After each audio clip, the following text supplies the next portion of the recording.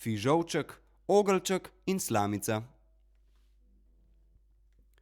Nekoč pred časi je živela res nerodna žena, vsak dan hodila je po vasi, vsa zmedena. Zaslišala je zvonec, hitro stekla domov, dat hrano not v lonec, sej bo njen mož prišel.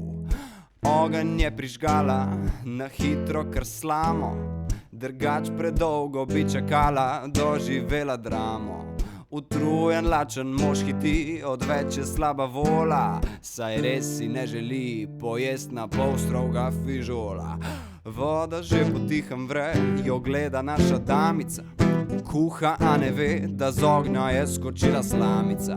Za njo še ogrlček vesel, odneslo bo pokrovček, piskar je zavrel, iz njega skočil je fižolček. Vsi trije so se odločili, da najboljš bi bilo zanje, da bi pobegnili, zapustili to stanovanje. Sej poznajo to gospo in vejo, v čem je catch, da bi bilo tako, da bi jih dala spet v peč.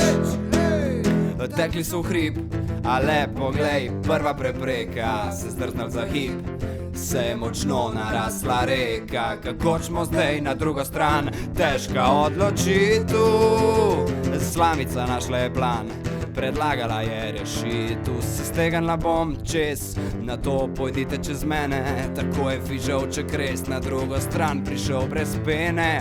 Ogrlček za njim je stopil, a tu se je pripetilo, da v vodi se je utopil, ker je slamico na pol zlomilo.